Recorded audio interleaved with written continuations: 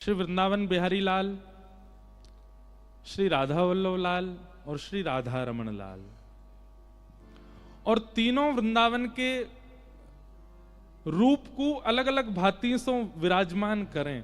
बहुत ध्यान से सुनना। सबसे पहले श्री वृंदावन बिहारी लाल।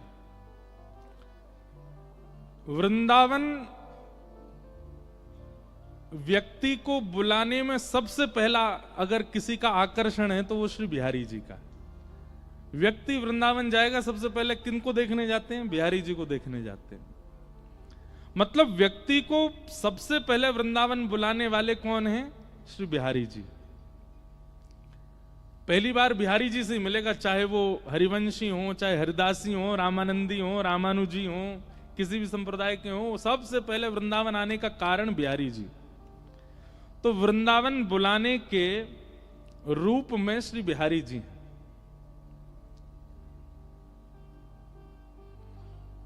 बुलाने का काम श्री वृंदावन में बिहारी जी करते हैं, पर वृंदावन को नगर नगर, घर घर में, जन जन तक, दूर दूर तक पहुंचाने का काम श्री राधा वल्लभ जी ने किया। ऐसे ऐसे स्थानों पर भी श्री महाप्रभु जी के अनुयायियों के दर्शन होते हैं जहां विचार के परे बात चली जाती है। हम विश्वास आपको एक बहुत हृदय की बात कह रहे हैं। विदेश में जाते हैं, देश में भी कहीं और जाते हैं, ऐसा होगा ही नहीं कि उस क्षेत्र में कोई राधा वल्लभी वैष्णव ना हो। हरिवंश महाप्रभु की पताका पूरे विश्व में फैल रही है। तो इसका मतलब क्या है? वृंदावन बुलावे वाले बिहारी जी, पर वृंदावन को जन जन तक पहुंचावे वाले श्री राधा वल्लभ जी। कोई बात नहीं, वृंदावन नहीं आ पा रहे तो जहां श्री महाप्रभु जी विराजमान है गए हो, जहां श्री राधा वल्लभ जी को नाम विराजमान है गए, वृंदावन वहीं प्रकट हो जाता है। हम आते हैं जब तो दुनिया भर के लोग मिलते हैं, कोई जैसे आराम बोले, कोई जैसे कृष्ण बोले, लेकिन जैसे ही कोई दोनों भुजा उठा के कहे महाराज जी श्री हरिवंश, तो हरिवंश नाम सुनते ही लगे ही ना है कि कोई बाहर को, ऐसा लगे ये तो हमारे ब्रज को ही है, ये तो हमारे वृंदावन को ही है। तो ब्रज में बुलावे वाले बिहारी जी, ब्रज को जन जन तक पहुंचावे वाले श्री राधा वल्लभ जी। अब वैसे तो आचार्य ने कृपा करी,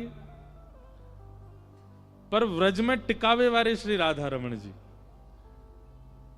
राधा रमन जी को काम कहा है, बोले ब्रज में एकांतिक वास टिका देंगे ब्रज में, ऐसे श्री राधा रमन जी। तो हमारे श्री राधा वल्लभ लाल जी अति अद्भुत। अभी गाएंगे, विश्राम जब होगी ना कथा तो वृंदावन रसामृत पद गाएंगे, सातों निधियों को प्रणाम करेंगे। तो ऐसे हमारे श्री राधा वल्लभ जी जन जन तक वृंदावन को पहुंचाया, घर घर में ब्रज को प्रकट कर दिया महाप्रभु जी ने श्री राधा वल्लभ लाल जी की कृपा से। भगवान के तीन रूप हैं, सत्य, चैतन्य और आनंद। स्वरूप अनेक हैं ठाकुर जी के। कहीं वंशी बजा रहे हैं, कहीं गिरिराज जी उठा रहे हैं, कहीं नाग पे पौड़े हैं, कहीं दोनों भुजा कटी पर रख के खड़े हैं। ठाकुर जी के स्वरूप बहुत सारे हैं,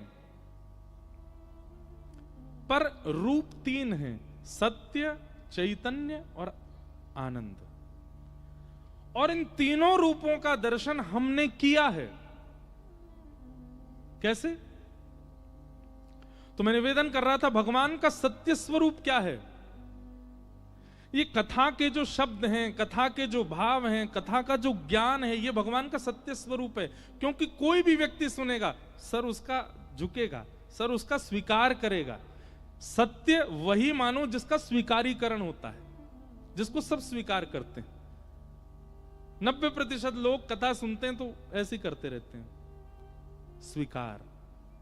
अभी भी कर रहे हैं, क्यों? क्योंकि सत्य है। तो ठाकुर जी का सत्य स्वरूप क्या है? कथा। चैतन्य स्वरूप क्या है? तो भगवत जन वाणी गुणानुकथने श्रवणौ कथायाम हस्तौ च कर्मसु मनस्तव पादयोर्नः स्मृत्याम शिरस्तव निवास जगत प्रणामे दृष्टि सताम दर्शनेस्तु भवत्तनूनाम।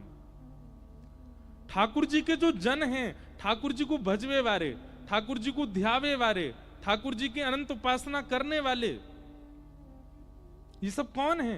ये ठाकुर जी के चैतन्य स्वरूप हैं, ये चलते फिरते ठाकुर जी हैं।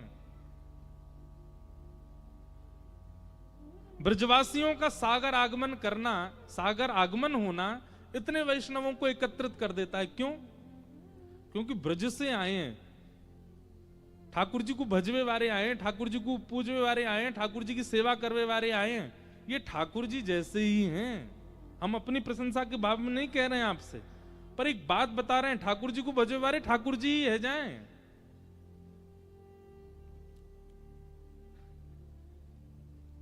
आपने श्री राधा बाबा का नाम सुना है? हमारे भारत के एक अद्भुत संत हुए श्री राधा बाबा महाराज। आप गोरखपुर में विराजते थे, गीता प्रेस गोरखपुर, जहां से सारे ग्रंथ प्रकाशित होते हैं, वहीं आप विराजते थे। प्रसंग तो विस्तृत बताना तो बहुत बड़ा होगा, पर मैं एक भाव बता रहा हूं। तो हमारे श्री राधा बाबा महाराज पूरे दिन दर्शन देते थे, लोग बाग मिलते थे उनसे। वो एक जगह बैठे रहते थे, अपने कभी लेखन का कार्य, कभी प्रवचन का कार्य, कभी कोई कार्य, लोग दूर बैठ के उनको देखते रहे, दर्शन करते थे। पर एक वयोवृद्ध माता, एक बूढ़ी माता जी, वो बाबा का दर्शन कब करती थी? जब सुबह सुबह ब्रह्म मुहूर्त में बाबा जंगल जाते थे शौच के लिए, वो तभी दर्शन करती थी बाबा का। उसको अनेक लोगों ने कहा, बोले पूरे दिन बाबा यहां बैठते हैं, लोग मिलने आते हैं, दर्शन होते हैं, सब कुछ होता है, तुम तब क्यों नहीं आती हो? इस सुबह सुबह महाराज जी हमारे निवृत्त होने जाते हैं, तभी तुम दर्शन क्यों करती हो आके? अब देखिए, बात बहुत बड़ी है, ध्यान से सुनिएगा। वो कहती हैं, बोले मैंने दिन में भी दर्शन किए बाबा की, शाम को भी दर्शन किए, दोपहर में भी दर्शन किए, पर दिन में, दोपहर में, शाम को जब दर्शन करती हूं तब अकेले बाबा दिखते हैं। पर ये सुबह सुबह जब ये स्नान ध्यान और निवृत्त होने के लिए जाते हैं ना, तो एक सांवरा सलोना सा लाला इनके पीछे पीछे जाता है, एक बालक इनके पीछे पीछे चलता है। मैं बाबा को देखने नहीं आती सुबह, उस बालक को देखने आती हूँ। वो बालक कोई और नहीं, स्वयं ठाकुर जी उनके पीछे पीछे चलते हैं। इसका मतलब क्या है?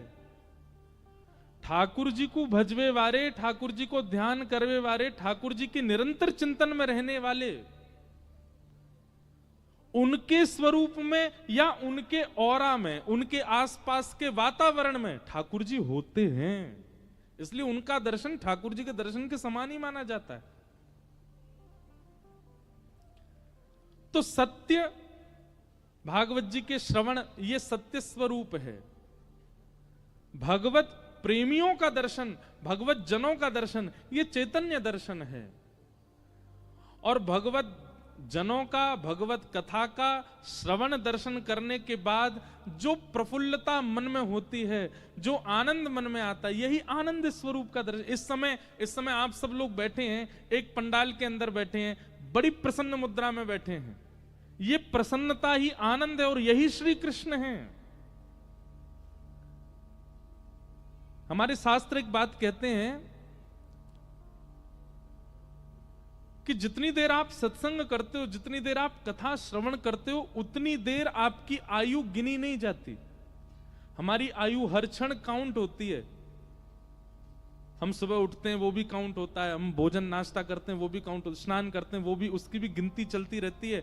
जितनी आयु लिखी है उतनी ही जीनी है हमें। पर जब हम सत्संग करते हैं, जब हम कथा श्रवण करते हैं, जब हम कीर्तन करते हैं, जब हम राधा वल्लभ जी का दर्शन करते हैं, जब हम किसी भगवत क्रिया में होते हैं, उस समय हमारी आयु गिनी नहीं जाती। उतनी देर हमारी आयु की गिनती रुक जाती है, मतलब आयु बढ़ती है भगवत कथा, भगवत दर्शन, भगवत स्मरण से। क्यों? क्योंकि उस समय व्यक्ति सुख में नहीं होता, प्रसन्नता में नहीं होता, आनंद में होता है।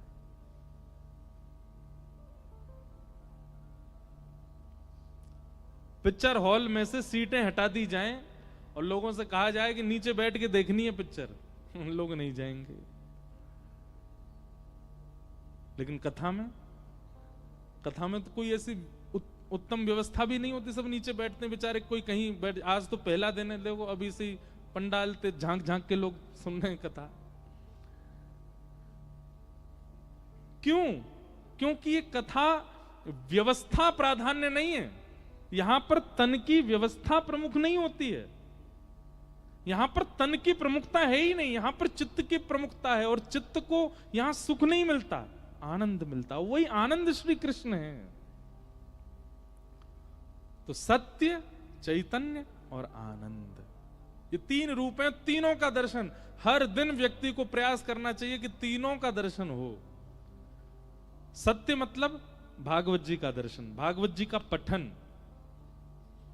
चैतन्य मतलब भगवत जनों का दर्शन, और आनंद मतलब सत्संग का श्रवण, कीर्तन का श्रवण, और उसमें मदमस्त होकर के दोनों भुजा उठा करके नृत्य करना। ये यहां नृत्य करने का मतलब वो संसारी नृत्य नहीं है ये। और एक और बात हम आपसे निवेदन कर दें पहले दिन ही, देखा देखी नृत्य करना भी नहीं है। वो नाच रही हैं, वो नाच रहे हैं, भैया हम भी नाच लें, नहीं। नृत्य कब करना चाहिए?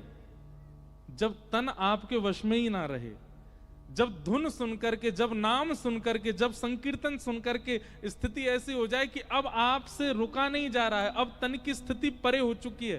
कीर्तन, जहां तन अपनी कीर्ति से ऊपर उठ जाता है उसी को कीर्तन कहते हैं। और तब आपका नृत्य हो, उर्दबाहु होकर के आप नृत्य, वो नृत्य कहलाता है।